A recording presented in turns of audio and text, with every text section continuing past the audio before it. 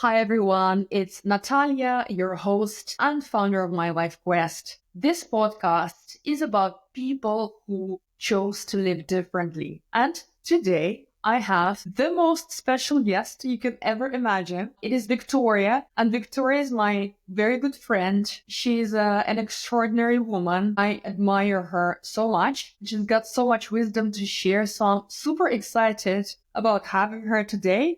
But what's even more exciting is that today is Victoria's birthday, and she is celebrating it by sharing her stories and wisdom with us. Welcome, Victoria. Thank you so much for having me. It's my pleasure to be here.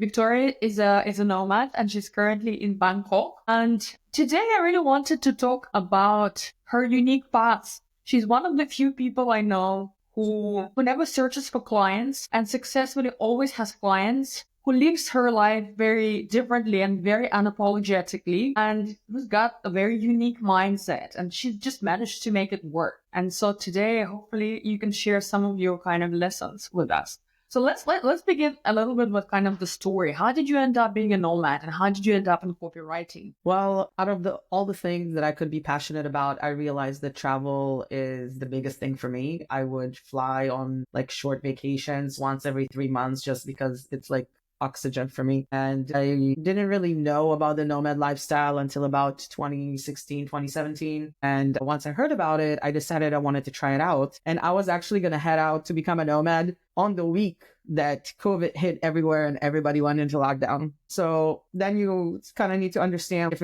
it's a risk you want to take, or if it's too risky to go anywhere right now, not knowing how things are going to go. So I decided to stay a bit longer. 3 months after that, I was in a different mindset altogether. And I was like, I will do whatever it takes. I found myself also learning a lot about what I want to do instead. Because again, I had quit this other job that I had because I needed something different. And I decided to look for something that I would do that will be relatively easy for me to do, does not require too much effort, is not as stressful as being a marketing manager for startups and tech companies. And I had gone through an SEO course. I finished it all. And I told myself, there's no way I can do this every day. This is too boring for me. I'm not going to do it. And then I realized as I was doing the SEO course that writing might be something that I wouldn't mind doing. And then I did a course in copywriting, $15 in Udemy, finished it, decided actually this fits all of my criteria. It's work that I can do on my own. It's not reliant on time zones. It's something that is not life from death. People are not gonna be like, oh my God, we need this yesterday. It's relatively easy for me to do. It fits all of the criteria I had set up for myself. And I decided to just do it. And once I finished it, I called a lot of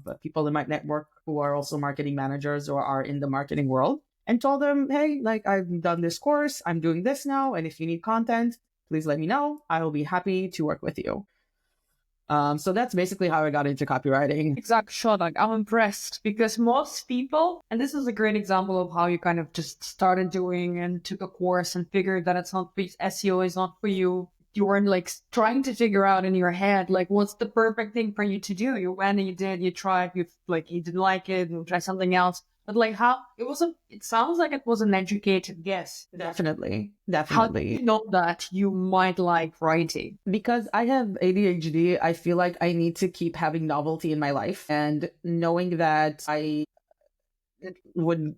process will always remain the same. I will always be doing the same thing, but the topic is going to change. And the only thing I need to do is just to take complex ideas and simplify them. And once I tried to do it a couple of times, I realized it is easy for me to do. But also the only way to know is to try it. Like take the first action, and the first action will lead you to the second action, and so on. And if you finish the process and you feel good about it, then it's something that you probably will be able to do every day. If you finish it and you're drained and you're just need 3 days off right now, it's probably not for you.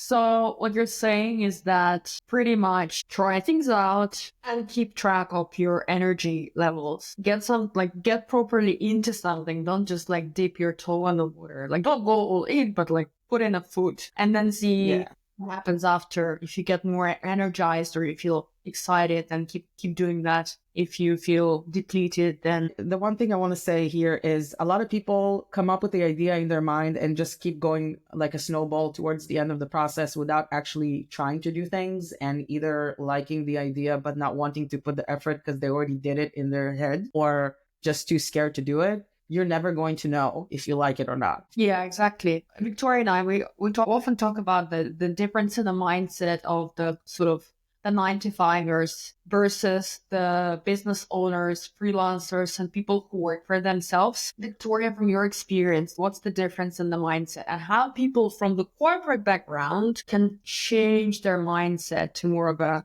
self-employed, an entrepreneur, working for yourself? Wow, that's really a big topic. And I've been thinking about it a lot because I do want more people to understand that it's not as scary as it sounds. That first of all, because I know a lot of people have fear. The deepest fear that I came across is the fear of not having clients and not having money, which is very legitimate fear. But at the same time, once you change your perspective about some things, for example, when you're an employee and you're being paid by one company and you're hired by the same company and you work there for a while, and you lose your job, you normally would freak out because now you don't have any other income. On the other hand, if you look at freelance life, first of all, you normally have more than one client, which means a few people are willing to pay for your skills. And if you lose one, you still have time to get others to recuperate your loss. So that's the one change in perspective that helps people understand, like, actually, it's riskier to be an employee than it is a freelancer. At the same time, you need to understand and prove to yourself that you are knowledgeable enough to be paid. Because I know a lot of people have sometimes barriers when it comes to asking for money or sending an invoice or asking for an X amount of money for your services. You need to understand that the employer is paying you this money. If you stayed in your job for a long period of time, you're probably good at it. Otherwise, they would fire you. It means you already have the skills. Now, yes, you may have more responsibility with your decision-making in front of other clients, but since you already been doing this, whatever it is you do for an extended period of time, you should be confident in your skills. And if you're not, then you need to work on that first. Once you do that, and then you also understand that people need you as much as you need them. These three things I feel like are the most important parts that people don't fully understand. A lot of people go for job interviews and discovery calls from a position of they think they have no power. But you don't understand that the person that's looking for you right now is looking to solve a problem. This is what business is about, right? It's all about I need you to solve a problem for an X amount of money. If this fits the formula, then you're hired. That's it. And they need somebody to fill in this position. And it can be you. It's very simple. It's just you need to be confident in yourself, in your ability to deliver. And obviously, confidence plays a huge role in that. And you mentioned that some people are scared of asking for money for their services. I want to correct most people, especially early in their journey. And it takes quite a bit of confidence. And you're actually one of the most confident people I know, probably the most confident person I know. And obviously your energy is infectious and people are attracted to it so much. And that probably also helps you in attracting clients, positioning yourself as an expert, as an authority. So I really want to ask you, like, what's your secret? Did you develop, were you born with this confidence? Did you develop, you developed it, then how? It's a very good question. The answer is going to surprise you a little bit because what had led me to this confidence is actually wanting to solve some issues that I had with money. And that was basically the tipping point that took me down this path of confidence. Because a lot of people have complicated relationships with money. They hate it, they love it, and it's unhealthy and all sorts of other issues that people might have. I decided that I'm going to change my perspective about money and look at it more as a tool. In the same way that I feel work is not why I live, it's my means to pay for the life that I want. It's not who I am. I enjoy doing it. It's fun for me, but it's not why I'm living my life. So once I was seeing money as a tool and thinking about how do I provide value so I can get more of this tool and making sure that I feel confident in my skills and in my ability to deliver all these promises that I promise to my potential clients, everything else just becomes really easy. because I already know that I can help them. And if you step out of the work context around confidence, do you have any tips for people to develop confidence? Yes, quite a few. First of all, be kind to yourself. I know it's a cliche, but I think it's really hard for people because people think that we're not good enough and we're not perfect, and we are not.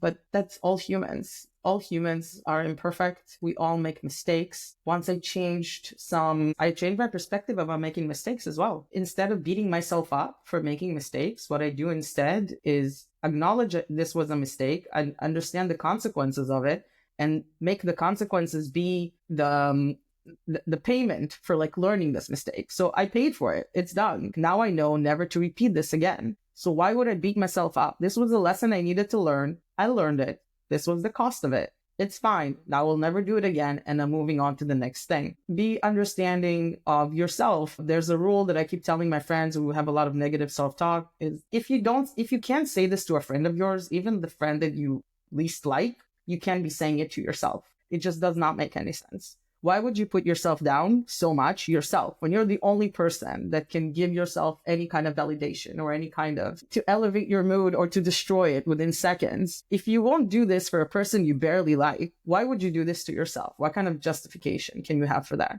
Once you treat yourself nicely, you also treat others well as well.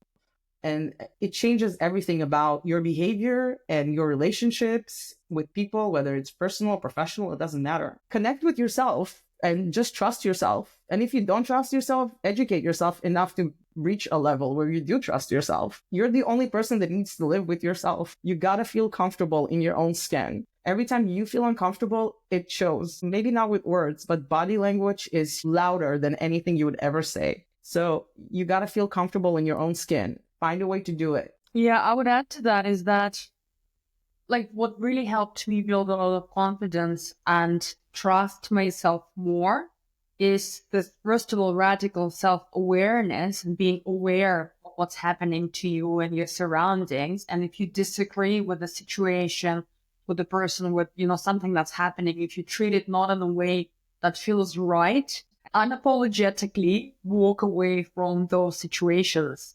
And it can start tiny. Let's say you get into a restaurant, you look at the menu, it's not what you want, kind of low risk, you just get up and leave, all the way to the situations where, you're not treated fairly in a relationship, you're being abused, and also living that relationship. And I feel like if you keep doing that consistently, day in, day out, you're bound to become confident and bound to start relying and trusting yourself, right? I think the biggest thing here is to embrace yourself and what you like and what you don't like. And trying to fit in should not be a thing. I think that people forget that nowadays everybody wants to be normal, maybe, but we are not, and there's no such thing. Normal is what majority likes. We don't have to fit into that pattern. The people who are true to themselves and to their quirks and to the things that they like that are outside of the norms are actually the ones that are getting more attention. And attention equals opportunities in every aspect of life. So I would just tell people, really be true to yourself. You will feel lighter on so many levels,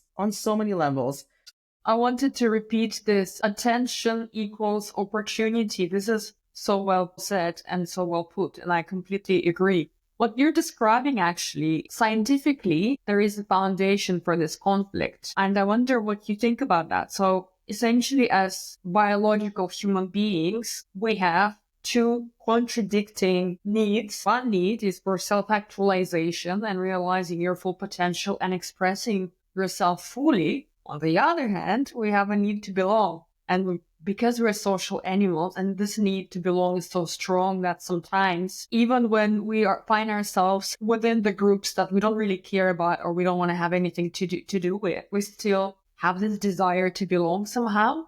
So how would you recommend resolving this conflict between wanting to belong, and you cannot deny that natural inclination, versus staying true to yourself and staying authentic?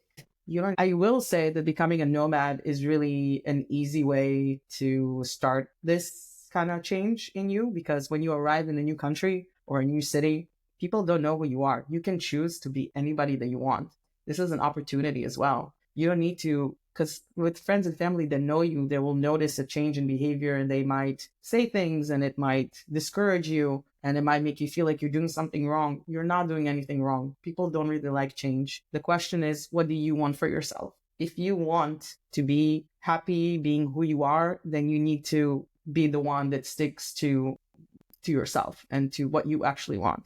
And everything else will resolve itself. It will just happen organically. But the thing is, you need to make a decision between you and yourself about the person that you want to be. And it will change everything. Everything would just happen organically all around you. But changing a location might help like speed things up because you'll be forced to meet new people.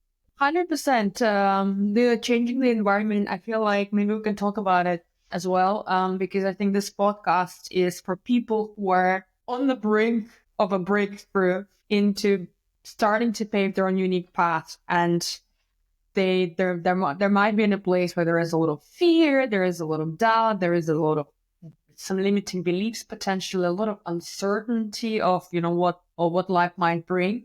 And so, do you have any tips, words of encouragement for people who are maybe considering a change apart from changing the location, which I completely agree is super helpful? Once you decide that you, at this point, this is the end of playing the games and being influenced by society and the voices of your parents in your head and all these other things that are telling you that you can't be doing all these things, ask yourself, is that true? Can't you really? Is this a big deal? Is this something that you really should not be doing? Or is this something that your parents don't want you to do? And once you start to challenge all these limiting beliefs that you are being fed for majority of your life, like all of us, once you just start to challenge them and ask yourself, is this real? Is this true? Is this true for me? You will find out who you are, but you need to just stay true to yourself. This needs to be the biggest thing for you. We only live once. It's painful to watch people suffer for no reason. It's just painful. Yeah, and I can feel you. It is so painful to kind of see people struggle. And I think one of the biggest thing I'm also seeing with some of my clients and just generally with people who are not living their best lives like us is that they believe that like it's not possible to be happy. There is a lot of, hey, but this is life. Life is supposed to be like this. Like, what you're gonna do? I think Victoria is a perfect example of a living proof of a person whose life is actually pretty exciting. I have seen her rolling out of, into the living room in her pajamas at 11 a.m. with a cup of coffee, working for a few hours and heading out for a stroll in the city. And she makes more than most people watching this podcast, and she made it happen. And it is definitely possible for other people as well. I think most people believe that it's either or. So yeah, do you have anything to add to that? Yes, I think that another good point would be I decided to also work on my relationship with fear. I was always trying to understand what it is that I fear and what I can't find an answer, but it does meet me at certain points in time where I'm like, oh, I'm scared to do this. And the reason that there is fear is because of uncertainty. But since we're human and we struggle with uncertainty every day about life in every aspect of it, I decided to change my perspective on fear. And instead of fearing things, calling all this uncertainty adventures. So instead of fearing it, I actually am really excited by the unknown. I'm very much into going somewhere, not knowing how long I'm going to be there, who I'm going to meet, what's going to happen. One way or the other, it will be an adventure. Maybe not the best one I've had, but maybe it will be the best one I had. And it changed so many things. There's nothing to fear anymore. Once you just accept uncertainty as an exciting thing as opposed to a scary thing, it also changed a lot of things and helped calm me down a lot. And also one more sentence that stuck with me from the first moment that I read it and really had changed things. I know a lot of people suffer from anxiety and fear. I read the sentence that said that stressing yourself over something that didn't happen is like putting yourself through it twice. And that really hit me because many times we tell ourselves stories in our heads about all the worst case scenarios and they almost never actually happen. Almost never. So once I started to remember this sentence, every time I would find my mind going down these paths, I would just remind myself of this sentence and of how true it is and all the weight that comes with it and the impact it can have on my psyche and on my mood and on everything else. And I decided to stop these thoughts and to redirect them into other more exciting things, actually, because you can't really stop thinking about things. You know, if somebody tells you, like, you know, don't think about an elephant, you're going to start thinking about an elephant. So don't do that, but think about things that you do want to do. Think about your future. Think about the entrepreneurial ideas that you have. Direct your mind towards more exciting things as opposed to imagining the worst case scenarios of things. That will give you way more energy to work on all these things that you would be building out of nowhere. And that's really exciting for me and helps me a lot. That's very cool. So I want to kind of try and summarize your formula for great life. Well, first of all, get to know yourself quite well. And the way to do that is to be true to yourself. You have to get to know yourself first. And to do that, you have to try lots of different things. Give it a proper try. See what it does to your energy. See how you feel, which requires a certain level of being connected to yourself and self-awareness. Once you figure out what you like, what you don't like, start working with your mindset and start figuring out a way to redefine your relationship with limiting beliefs that's been put on you by your friends, family, society, whatnot. Try and redefine your relationship with fears, turn it into a game, maybe, right? Yes, I love that. Through that, and the more you do things that are aligned with your true self, the more confident you will be. And the more confident you will be, the more authentic you will be, and you will attract more opportunities. And that's how you become successful. Does this summarize the formula? I couldn't have said it better, honestly. I always look at it as separate things, but you summarized it really well. Any other secret ingredients we have missed? Just give yourself time, enjoy. You know, you only live once and you might as well enjoy the ride. Why suffer through it? Like, what's your alternative? Do you want to wake up in the morning feeling good, or do you want to wake up in the morning wanting to crawl under the blanket and never come out? It is your choice. One thing I learned in this journey that took me from the beginning point where I decided to change my relationship with money, in the first 2 weeks of doing that, I realized happiness is a choice. It was very fundamental. Happiness is a choice.